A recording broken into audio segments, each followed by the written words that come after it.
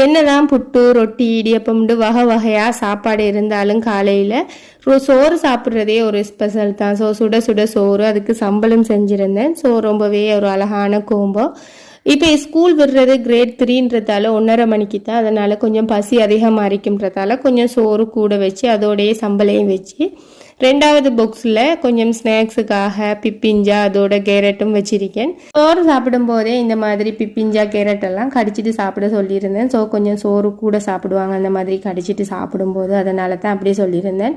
So அதோட தண்ணி கொஞ்சமாக நெட்ஸும் வச்சு ரெடி பண்ணியாச்சு. இன்றைக்கு லஞ்ச் பாக்ஸ் இதுதான். ரொம்பவே சிம்பிளாக இருந்தாலும் பிரச்சனை இல்லை. கண்டிப்பாக ஹெல்த்தியாக குட்டீஸுக்கு கொடுக்கணும். அதோட 1ஆம் ஆண்டுலேருந்து 5ஆம் ஆண்டு படிக்கும் வரைக்குமே ப்ராக்டிக்கல் நிறைய கிளாஸில் செய்வாங்க. ஸோ அதனால் டீச்சர் வந்து இந்த மாதிரி டோல் ஃபிங்கர்ஸுக்கு போடுறதுக்கு 10 டோல் செஞ்சுட்டு வர சொல்லியிருந்தாங்க. ஸோ ரொம்ப டிஃப்ரெண்ட்டாக செஞ்சு கொடுத்துருந்தாங்க சிஸ்டர்.